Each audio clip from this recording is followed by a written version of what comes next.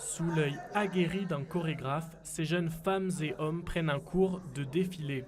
Dans cette agence de mannequins d'Abidjan, ces apprentis top modèles ont 6 mois pour parfaire leur allure sur les podiums.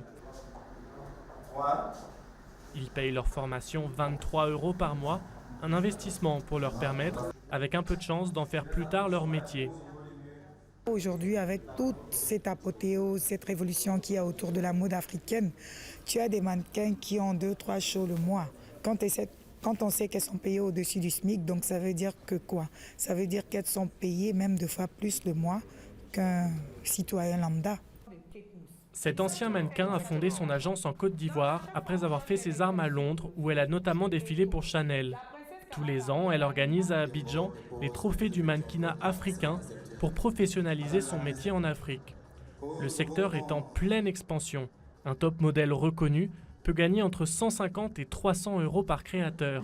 Mais en bas de l'échelle, certains mannequins acceptent de défiler pour seulement une dizaine d'euros, voire juste des promesses. Pour moi, le mannequinat est un métier comme les autres. On peut vivre de cela comme tous les autres métiers. Bon, moi, en tout cas, j'espère être un grand mannequin international.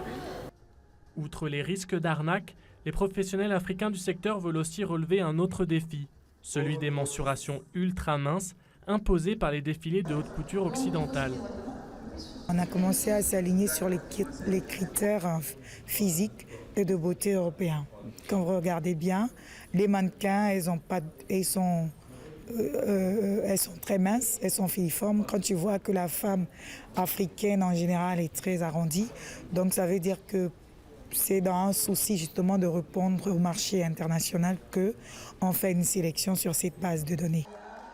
D'après Fatim, les créateurs africains s'intéressent de plus en plus aux standards de beauté propres à leur pays d'origine.